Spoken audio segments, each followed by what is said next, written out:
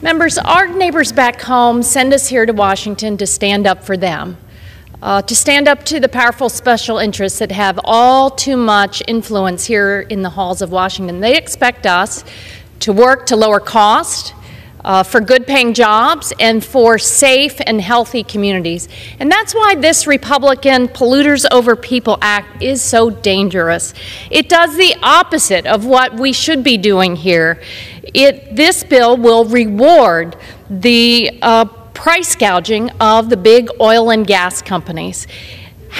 This bill will roll back our bedrock environmental protections for clean air, for clean water, for lower cost clean energy. And Mr. McGovern, I think it's important that you know in the Energy and Commerce Committee, last week, at the very last minute, with no hearing, very little debate, they included a provision that will roll back an important piece of the Inflation Reduction Act that puts money back into people's pockets back home for energy efficiency, rebates and discounts to help you lower your energy bills.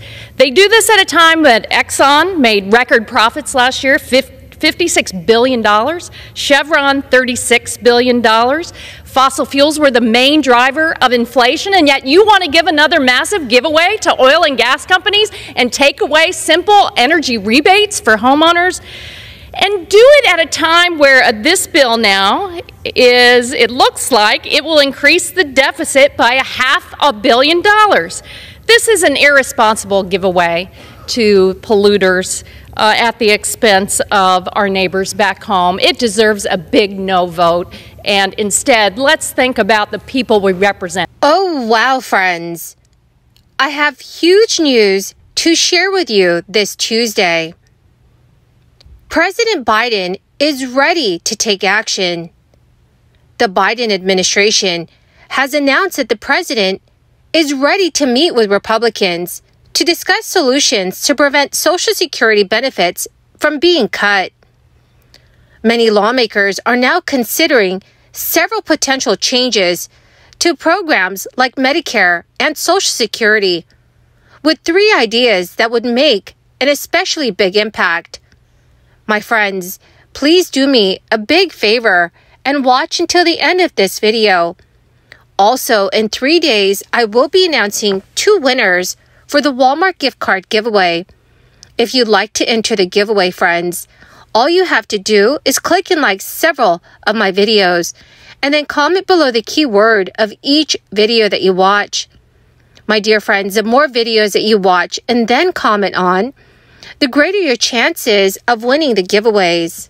President Biden responded to House Speaker Kevin McCarthy's demands that he begin negotiations over the debt ceiling by challenging Republicans to produce a public budget plan.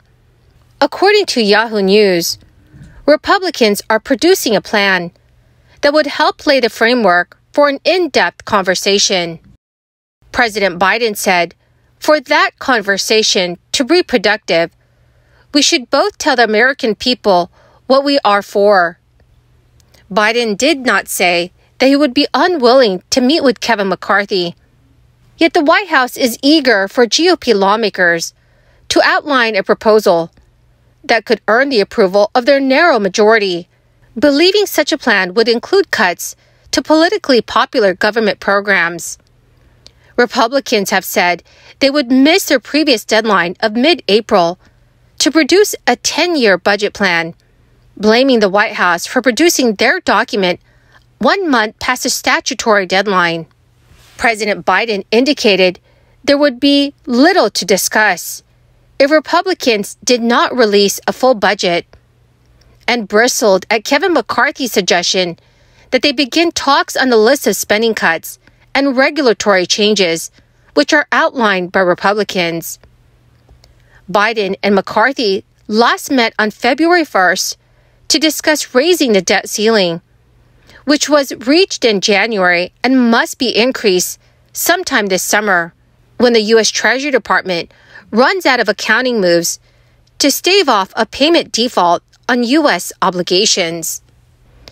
Speaker Kevin McCarthy told CNBC News on Tuesday that the White House insistence on a budget before talks made little sense. He said the budget has nothing to do with the debt ceiling, since it is just a Republican-only proposal.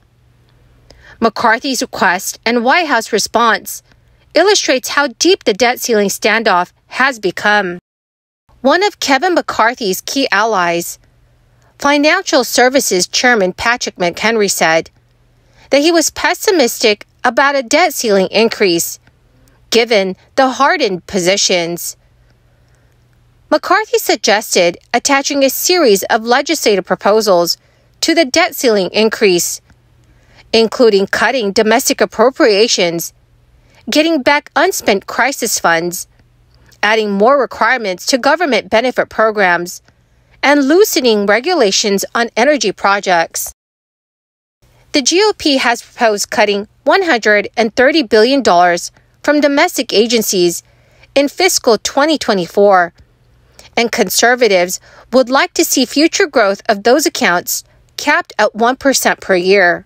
So, dear friends, do you think that our government will ever come to an agreement regarding Social Security and Medicare? Please let me know what your thoughts are in the comment section below. President Biden has also attacked Republicans, saying congressional Republicans want to cut the two entitlement programs and raise the retirement age to 70 years old. The White House vowed to not support any increase in the retirement age in any future negotiations with Republicans, even though President Biden himself once proposed raising the retirement age as life expectancy went up.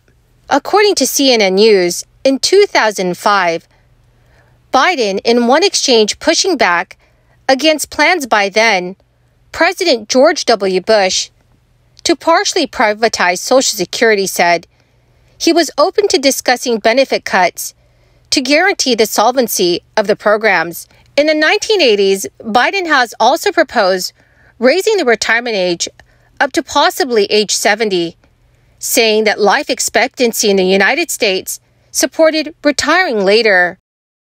The White House pointed to past Biden votes in the 1980s, which extended to the solvency of Social Security, to say the president had always been a champion for the program, along with his endorsement from the National Committee to preserve Social Security and Medicare.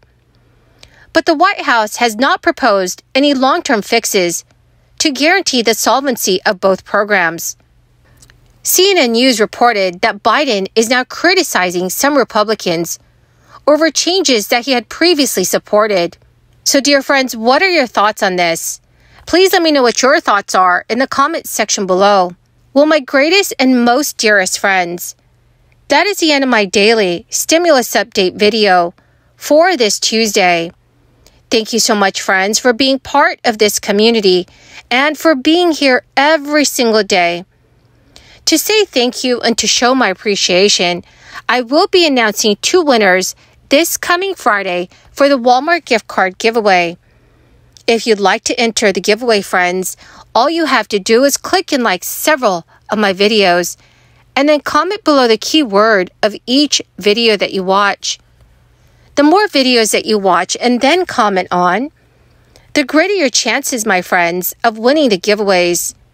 Thank you and have a wonderful and very blessed Tuesday.